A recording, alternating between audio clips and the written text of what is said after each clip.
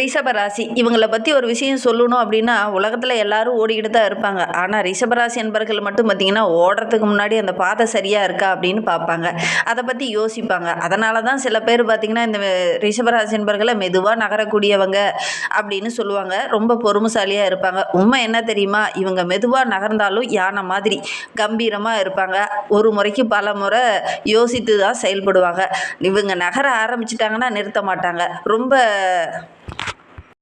கஷ்டம். அதுக்கப்புறம் நகர ஆரம்பித்ததுக்கப்புறம் நிறுத்துறது அப்படிங்கிறது இந்த ரிஷபராசி என்பர்கிட்ட கொஞ்சம் கஷ்டம் அப்படின்னே சொல்லலாம். ஒரு முடிவு எடுத்துட்டாங்கன்னா அந்த முடிவை எக்காரணத்தை கொண்டும் மாற்றிக்க மாட்டாங்க. இவங்களுடைய மிகப்பெரிய பலமே இதுதான் அப்படின்னே சொல்லலாம். என்ன ஒரு முறைக்கு பல முறை ஃபஸ்ட்டு கொஞ்சம் யோசித்து நிதானமாக செயல்படுவாங்க. பிரச்சனை வந்துடுச்சு அப்படின்னா மற்றவங்களாம் பதறுவாங்க. என்ன பண்ணுறது ஏது பண்ணுறது அப்படின்னு பதறுவாங்க. ஆனால் ரிஷபராசி என்பர்கள் மட்டும் சரி இந்த பிரச்சனைக்கு ஒரு தீர்வு இல்லாமலா போயிடுது அப்படின்னு கொஞ்சம் அமைதியாக இருக்கக்கூடிய ஒரு நபர்கள் தான் இந்த ரிஷபராசி என்பர்கள் அப்படின்னே சொல்லலாம். உண்மையாக பார்த்தீங்கன்னா இவங்க கிட்ட இருக்கிற சூப்பர் பவரே இதுதான் அப்படின்னே சொல்லலாம். காமெடியாக சொல்லணும்னு பார்த்தீங்கன்னா நம்மளுடைய ரிஷபராசி என்பர்கள் ஒரு முடிவு எடுத்துட்டாங்கன்னா கூகுள் மேப்பில் கூட அதற்கான சொல்யூஷன் மாற்றுறதுக்கான சொல்யூஷன் பெரும்பாலும் இருக்காது அப்படின்னே சொல்லலாம். அந்த அளவுக்கு கொஞ்சம் பிடிவாதம் இவங்களுக்கு இருக்கும் அப்படின்னே சொல்லலாம். ஆனால் அந்த பிடிவாதம் இவங்களை மிகப்பெரிய பலசாலியாக மாற்றும்.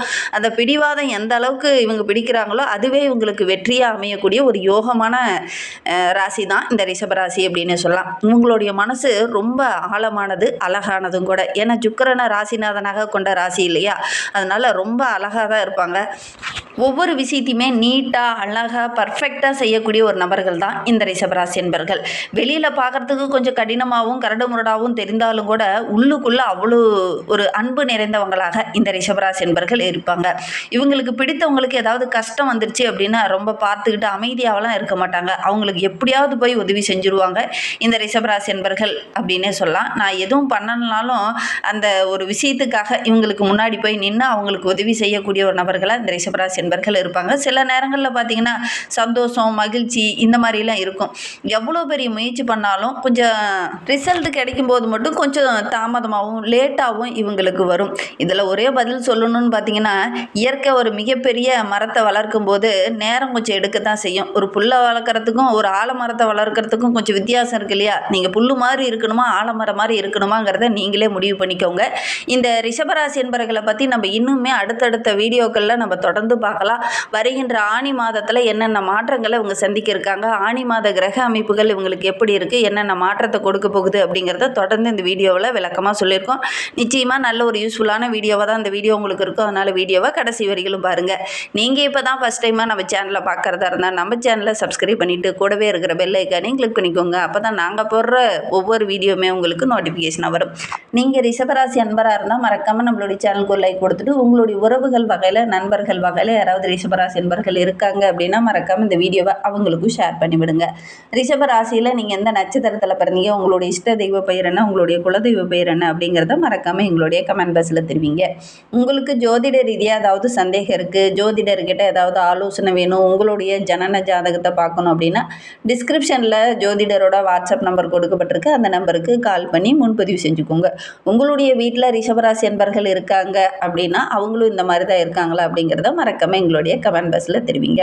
இந்த ஆனி மாத கிரக நிலையை வைத்து ஆராய்ந்து பார்க்கும்போது நம்மளுடைய ரிஷபராசி என்பர்களுக்கு மாத தொடக்கத்திலேயே உங்களுடைய ராசிநாதன் சுக்கிரன் உச்சம் பெற்று குருவோடு இணைந்து சகாயஸ்தானத்தில் வந்து செஞ்சிருக்கிறார்.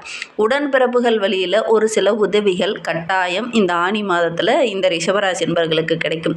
அந்த உதவியை நீங்கள் கரெக்டாக ஏற்றுக்கிட்டு அதன் பிரகாரம் செயல்படுறதன் மூலிமா பொருளாதாரத்தில் ஒரு பற்றாக்குறையை சந்திச்சுக்கிட்டு இருந்தீங்க இல்லையா கடந்த ஓராண்டுகளாக, அந்த பற்றாக்குறை படிப்படியாக குறைய ஆரம்பிக்கும். புது முயற்சி எல்லாமே உங்களுக்கு வெற்றியாக அமையக்கூடிய ஒரு யோகமான கிரக அமைப்பு இந்த ரிஷபராசிக்கு அப்படின்னு சொல்லலாம். சென்ற மாதத்தில் ஒரு சில இடையூறுகள், சின்ன சின்ன தடைகள், எடுத்த காரியத்தில் சின்ன சின்ன தாமதம்லாம் உங்களுக்கு ஏற்பட்டிருக்கும். இந்த ஆனி மாத தொடக்கத்தில் இருந்தே படிப்படியாக நீங்கள் உயர ஆரம்பிக்க போகிறீங்க. குறிப்பாக உத்தியோகத்தில் இருக்கிறவங்களுக்கு கடந்த ஓராண்டுகளாகவே சம்பள உயர்வுக்காக போராடி இருந்திருப்பீங்க. அதில் சின்ன தடை பிரச்சனை இதெல்லாம் ஏற்பட்டிருக்கும். இந்த ஆனி மாதத்தில் நீங்கள் முயற்சி பண்ணீங்க அப்படின்னா உங்களுக்கு கட்டாயம் சம்பள உயர்வு கிடைக்கும். வேலைக்காக முயற்சி செஞ்சுட்டு இருக்கக்கூடிய ரிஷபராசி என்பர்கள் இந்த காலகட்டத்தில் முயற்சி பண்ணுங்கள். கட்டாயம் இந்த ஆனி மாதம் முடிகிறதுக்குள்ளேயே உங்களுக்கு நல்ல ஒரு வேலை கிடைக்கும் அப்படின்னே சொல்லலாம். பின் விளைவுகளை பற்றி நீங்கள் ரொம்ப நாளாக யோசிச்சுக்கிட்டே இருந்தீங்க இல்லையா, அந்த பின் விளைவுகள்லாம் இந்த காலகட்டத்தில் எதுவுமே ஏற்படாது. அதே நேரத்தில் சில வழிகள் கிடைக்கும். இதுதான் நமக்கு பிரச்சனையாக முடியுமோ அப்படிங்கிற மாதிரி ஒரு சில யோசனைகள்லாம் பின்பற்றிட்டு வந்தீங்க இல்லையா நம்மளுடைய ரிஷபராசி என்பர்கள், இந்த நீண்ட நாளாக இந்த பிரச்சனைக்காக பொறுத்துக்கிட்டு இருந்திருக்கீங்க. ஒரு சிலருக்கெல்லாம் ஆரோக்கிய ரீதியாக சின்ன பிரச்சனை வந்துருமோ அப்படிங்கிற மாதிரி பயந்துட்டு இருந்திருப்பீங்க. அதெல்லாம் இந்த காலகட்டத்தில் அந்த நீண்ட நாள் பிரச்சனை பின் விளைவுகளை பற்றி யோசிச்சுட்டு இருந்தீங்க இல்லையா, அது எல்லாமே வருகின்ற நாட்களில் ஒவ்வொன்றா சரியாகும். இங்கே எதிர்பார்த்து காத்துட்டு இருந்த சுபகாரியம் இந்த மாதத்தில் நடக்கிறதுக்கான வாய்ப்புகள் இருக்குது அப்படின்னே சொல்லலாம். இந்த மாதம் முடிகிறதுக்குள்ளே உங்களுக்கு ஒரு வரன் அமையக்கூடிய யோகம் இருக்குது. ரொம்ப நாளாக வரன் தேடிட்டு இருக்கக்கூடிய ரிஷபராசி என்பர்கள், அது ஆணாக இருக்கட்டும் பெண்ணாக இருக்கட்டும், இந்த காலகட்டத்தில் முயற்சி பண்ணிங்க அப்படின்னா கட்டாயம் நல்ல ஒரு வரன் அமையக்கூடிய யோகமான கிரக அமைப்பு இருக்குது அப்படின்னு சொல்லலாம். முயற்சி பண்ணுங்கள். அந்த உறுதியாவது வாக்குறுதியாவது இந்த காலகட்டத்தில் கொடுப்பீங்க. அதே நேரத்தில் இந்த ரிஷபராசி என்பர்களுக்கு ஆனி மாதம் 5ஆம் தேதிக்கு பிறகு செவ்வாய் உங்களுடைய ராசிக்கு வர இருக்கிறார். உங்களுடைய ராசிக்கு 7, 12 இடத்திற்கு அதிபதியானவர் செவ்வாய். அவர் உங்களுடைய ராசியிலேயே சஞ்சரிக்கும் போது கொஞ்சம் விரயங்கள் வரத்துக்கான சூழ்நிலை இருக்குது. இதை நீங்கள் சுப விரயமாக மாற்றிக்கிறது ரொம்ப நல்லது. இந்த ரிஷபராசி என்பர்கள் இந்த காலகட்டத்தில் சுபகாரியத்திற்காக கொஞ்சம் செலவு செஞ்சுக்கிறது நல்லது. இல்லை அப்படின்னா தேவையில்லாத பொருள்கள், ஆடம்பர பொருள்கள் வாங்கி அதனால் கொஞ்சம் செலவுகளை சந்திக்க வேண்டிய ஒரு சூழ்நிலை இருக்குது. அதனால் முடிந்த அளவுக்கு சுப விரயமாக நீங்கள் கொஞ்சம் மாற்றிக்கிறது நல்லது அப்படின்னு சொல்லலாம். வெளியூர் பயணங்கள் செல்கிறதுக்கான வாய்ப்புகளும் இந்த காலகட்டத்தில் இந்த ரிஷபராசி என்பர்களுக்கு அமையும். பண தேவை உடனுக்குடன் உங்களுக்கு பூர்த்தியாகும். நீங்கள் கேட்ட இடத்துல உடனே பணம் கிடைக்கும். அதனால் காரியத்தில் ஏதாவது தடை வருமா, பிரச்சனை வருமா அப்படின்லாம் நீங்கள் யோசிக்க வேண்டாம். ஒரு தொழிலே ஆரம்பிச்சிட்டிங்கன்னா கூட பணம் இல்லாமல் அது ஏதாவது நிற்குமா, அல்லது வீடு கட்டிகிட்டு இருக்கோம் அதற்கு ஏதாவது பணம் இல்லாமல் நின்றுமா அப்படின்லாம் நீங்கள் யோசிக்க வேண்டாம். பணம் கேட்ட இடத்துலலாம் கிடைக்கும். நீங்கள் கொஞ்சம் விரைய செலவு செய்கிறத மட்டும் கொஞ்சம் குறைச்சிக்கோங்க. ஆடம்பர பொருள் வாங்கணுங்கிற ஒரு ஆசை, நவ நாகரிகமான பொருள்கள்லாம் வாங்கணும் அப்படிங்கிற மாதிரி ஒரு ஆசை இயல்பாகவே இந்த காலகட்டத்தில் இந்த ரிஷபராசி என்பவர்களுக்கு வரும். அதனால் ஒரு வீண் விரயம் வரத்துக்கான ஒரு சூழ்நிலை இருக்குது. அதனால் முடிந்த அளவுக்கு கொஞ்சம் கவனமாக திட்டமிட்டு செலவு செய்கிறது ரொம்ப நல்லது அப்படின்னே சொல்லலாம். எதிர்பாராமல் சிலர்லாம் திடீர்னு உங்களுக்கு உதவி செய்வாங்க. அதே மாதிரி தொழிலில் நல்ல ஒரு வளர்ச்சி எதிர்பார்க்கலாம். நீங்கள் ஏற்கனவே ஒரு சில தொழிலெலாம் ஆரம்பிச்சிருப்பீங்க, அதில் மூலதனம் போட்டு வச்சுருந்துருப்பீங்க, அதில் விற்காமல் ரொம்ப நாள் அது இழுபறியாகவே இருந்திருக்கும். ஆனால் இந்த காலகட்டத்தில் அந்த வாங்கி ஏற்கனவே போட்டிருந்த அந்த பொருளெல்லாம் விற்கக்கூடிய ஒரு சூழல் இருக்குது. அதன் மூலிமா நல்ல லாபம் கிடைக்கக்கூடிய ஒரு யோகமான கிரக அமைப்பு இந்த ரிஷபராசி என்பர்களுக்கு அப்படின்னே சொல்லலாம். ஏதோ சொத்தில் ஒரு சில வில்லங்கங்களையும் ஒரு சில பிரச்சனைகளையும் சந்திச்சுட்டு இருந்தீங்க இல்லையா, அந்த சூழ்நிலை கொஞ்சம் மாறும் அப்படின்னே சொல்லலாம். சுப செலவு கொஞ்சம் வர்றதுக்கான சூழ்நிலை இருக்குது இந்த ரிஷபராசி என்பர்களுக்கு அப்படின்னு சொல்லலாம். வெளியில் எங்கேயாவது தூரமாக பயணம் போவீங்க, அல்லது வெளியில் எங்கேயாவது நீங்களே பிளான் போட்டு ஏதாவது ஒரு சுற்றுலா தலங்களுக்கோ அல்லது ஒரு ஆன்மீக தலங்களுக்கோ ரொம்ப நாளாக போகணும்னு நினச்ச ஒரு தலங்களுக்கு இந்த காலகட்டத்தில் சென்று வர்றதுக்கான ஒரு அறிகுறி உங்களுக்கு தென்படும். சென்று வரத்துக்கான யோகம் இருக்குது. நீங்கள் ரொம்ப நாளாக போகணும்னு நினச்ச அந்த ஆன்மீக தலங்களுக்கு இந்த காலகட்டத்தில் செல்றதுக்கான யோகம் இருக்குது. அதுவும் குறிப்பாக இந்த ஆனி மாதத்தில் செல்றதுக்கான ஒரு சூழ்நிலை இருக்குது அப்படின்னு சொல்லலாம். அந்த மாதிரி ஏதாவது நீங்களும் பிளான் போட்டிருக்கீங்களா அப்படிங்கிறத மறக்காமல் இந்த ரிஷபராசி என்பர்கள் இந்த வீடியோவை பார்த்துட்ருக்கீங்க அப்படின்னு தெரிவிங்க. இந்த ரிஷபராசிக்கு கடக ராசியில் செஞ்சுட்டு வரக்கூடிய சுக்கிரன் ஆனி மாதம் 21ஆம் தேதியிலிருந்து சிம்ம ராசிக்கு செல்ல இருக்கிறார். நம்மளுடைய ரிஷபராசிக்கு அதிபதியானவர் சுக்கிரன். அவர் சுகஸ்தானத்துக்கு வரும்போது நம்மளுடைய ரிஷபராசிக்கு ரொம்ப யோகம்தான். பெற்றோர் வழியில் எந்த ஒரு உறவு பிரிந்து போணுச்சோ அந்த உறவு மீண்டும் வர்றதுக்கான ஒரு சூழ்நிலை இருக்குது. இடம், வீடு, வண்டி வாகனம் இதெல்லாம் வாங்கக்கூடிய யோகம் இருக்குது. இந்த வண்டி வாகனத்தில் செல்லும் போது மட்டும் இந்த ரிஷபராசி என்பர்கள் கொஞ்சம் பொறுமையாக போங்க. உறவினர்கள் மதிக்கும்படி உங்களுடைய வாழ்க்கை படிப்படியாக உயர ஆரம்பிக்கும். உறவுகள் உங்ககிட்ட ஒரு சில இன்னல்கள் அல்லது ஒரு சில சண்டைகள் போட்டுக்கிட்டு விலகி சென்று இருப்பாங்க. அந்த விலகி சென்ற உறவு மீண்டும் உங்ககிட்ட நட்பு பாராட்டும். அந்த அளவுக்கு நல்ல ஒரு யோகமான கிரக அமைப்பு இந்த ரிஷபராசிக்கு அப்படின்னு சொல்லலாம். இந்த கருத்து வேறுபாடெல்லாம் ஓரளவுக்கு சரியாகி வீட்டுக்குள்ளே நல்ல ஒரு கலகலப்பு, மகிழ்ச்சி இது எல்லாமே அதிகரிக்கும். உத்தியோகத்தில் இருக்கிறவங்களுக்கு ரொம்ப நாளாக விருப்ப ஊதியம் பெறணும் அப்படிங்கிறதுக்காக ஒரு சிலர்லாம் முயற்சி பண்ணிகிட்டு இருப்பீங்க. இது விருப்ப ஊதியம் பெற்றுட்டு நம்ம சுயமாக தொழில் தொடங்கலாம் அப்படிங்கிற மாதிரிலாம் ஒரு சிலர் ரொம்ப நாளாக முயற்சி பண்ணிகிட்டு இருப்பீங்க. அவங்களாம் உங்களுடைய ஜனன ஜாதகத்தை ஒரு முறை பார்த்துக்கிட்டு நீங்கள் முயற்சி பண்ணுங்கள். கண்டிப்பாக நல்ல லாபம் கிடைக்கக்கூடிய யோகம் இருக்குது. அந்த மாதிரி ஆர்வமும் இந்த காலகட்டத்தில் இந்த ரிஷபராசி என்பவர்களுக்கு வரும். ஏன் நம்ம போய் அடுத்தவங்ககிட்டயே உழைச்சிட்டு இருக்கோம், சொந்தமாக ஒரு தொழில் தொடங்கலாம் அப்படிங்கிற மாதிரி ஒரு ஆர்வம் வரும். அப்படி தொடங்குனீங்கனாலும் அதில் நல்ல லாபம் கிடைக்கக்கூடிய யோகம் இருக்குது அப்படின்னே சொல்லலாம். எதற்கும் உங்களுடைய ஜனன ஜாதகத்தை ஒரு முறை பார்த்துக்கோங்க. அருகில் இருக்கிற ஜோதிடர்கிட்ட பார்த்தாலும் சரி, டிஸ்கிரிப்ஷனில் நம்பர் கொடுத்துருக்கோம், அந்த ஜோதிடர்கிட்ட பார்த்தாலும் சரி, நீங்கள் உங்களுடைய ஜனன ஜாதகத்தை ஒரு முறை பார்த்துக்கோங்க.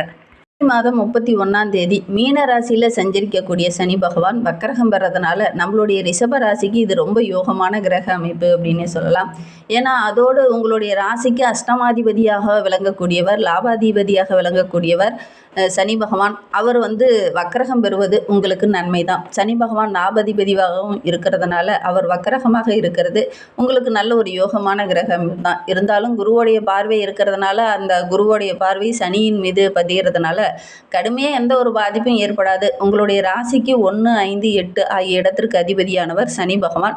அவர் வக்கரகம் பெறுவது அந்த இடம் புனிதமாகும் அப்படின்னு சொல்லலாம். உங்களுடைய ராசிக்கு யோகமான கிரக அமைப்பு இந்த சனி பகவான். அதனால் அவருடைய பார்வை அதிகமாக இருக்கிறதுனால ஓரளவுக்கு நன்மை தான் நம்மளுடைய ரிஷபராசி என்பர்களுக்கு கிடைக்கும். ஆரோக்கிய ரீதியாக இருந்த தொல்லைகள் பிரச்சனைகள் எல்லாம் சரியாகும். திட்டமிட்டு செயல்படுங்க. பெருசாக பாதிப்போ இடர்பாடோ எதுவும் ஏற்படாது. பிள்ளைங்களோட கல்யாணத்துக்காக வரன் பார்த்துட்டு இருக்கவங்க இந்த காலகட்டத்தில் முயற்சி பண்ணிங்களா அவங்களுடைய கல்யாணம்லாம் கைகூடி வரத்துக்கான யோகம் இருக்குது. பூர்வீக சொத்து சம்பந்தமான பிரச்சனையும் ஒரு முடிவுக்கு வரும். வீட்டில் கட்டாயம் இந்த ஆடி மாதத்தில் ஏதாவது ஒரு மங்கள யோசையோ அல்லது ஒரு வாக்குறுதியோ நீங்கள் கொடுக்கக்கூடிய யோகம் இருக்குது. அந்த வாக்குறுதியை வருங்காலத்தில் நிறைவேற்றுறதுனால வீட்டுக்குள்ளே நல்ல ஒரு மகிழ்ச்சியான தருணம் இது அப்படின்னே சொல்லலாம். பொது வாழ்வில் இருக்கிறவங்களுக்கு ஒரு புதிய திருப்பம் ஏற்படக்கூடிய ஒரு யோகமான கிரக அமைப்பு இந்த ரிஷபராசிக்கு அப்படின்னே சொல்லலாம். தொழில் வியாபாரம் செஞ்சுட்டு இருக்கிறவங்களுக்கு புதுசாக ஒப்பந்தம் கையெழுத்தாகும். அதன் மூலிமா நல்ல லாபம் கிடைக்கும். அதேமாதிரி உத்தியோகத்தில் இருக்கிறவங்களுக்கு சம்பள உயர்வோ, ஊதிய உயர்வோ, பதவி உயர்வோ ஏதாவது ஒன்று கிடைக்கிறதுக்கான வாய்ப்புகள் இருக்குது. கலைத்துறையை சார்ந்த நண்பர்களுக்கு நல்ல நல்ல சந்தர்ப்பங்கள்லாம் உங்களை தேடி வரும். மாணவ மணிகளை பொறுத்தவரைக்கும் ஆசிரியருடைய அன்பு ஆதரவுலாம் கிடைக்கும். அதனால் நல்ல ஒரு மகிழ்ச்சிகரமான கிரக அமைப்பு அப்படின்னு சொல்லலாம். பெண்களுக்கு இந்த ஆனி மாதம் நல்ல ஒரு முன்னேற்றமான மாதமாக இருக்குது. கொடுக்கல் வாங்கல் விஷயத்தில் மட்டும் கொஞ்சம் கரெக்டாக இருந்துக்கோங்க. மற்றபடி வருகின்ற நாட்கள் ரொம்ப சிறப்பாக இருக்குது அப்படின்னு சொல்லலாம். இன்னுமே வாழ்க்கை ரொம்ப சிறப்பாக இருக்கணும், ரொம்ப மகிழ்ச்சிகரமாக இருக்கணும் அப்படின்னு நினைக்கக்கூடிய நம்மளுடைய ரிஷபராசி என்பர்கள் சனிக்கிழமையில் சனீஸ்வர பகவானை போய் வழிபட்டுடுவாங்க. அதே மாதிரி அன்னை மகாலட்சுமி தாயாரை வெள்ளிக்கிழமை தோறும் போய் ஒரு தாமரை மலர்களை வாங்கி கொடுத்து அர்ச்சனை செய்து வழிபட்டுடுவாங்க. நெய் தீபம் போட்டு வழிபட்டுடுவாங்க. எடுக்கிற காரியங்கள் எல்லாமே உங்களுக்கு சக்ஸஸ் அமையும். அமாவாசை பௌர்ணமி தவறாமல் உங்களுடைய குலதெய்வத்தை போய் வழிபட்டுடுவாங்க. இந்த மாதிரி பயனுள்ள தகவலை தொடர்ந்து கேட்கணுன்னா நம்ம சேனலை சப்ஸ்கிரைப் பண்ணிக்கோங்க. வீடியோவை முழுமையாக பார்த்ததற்கு நன்றி.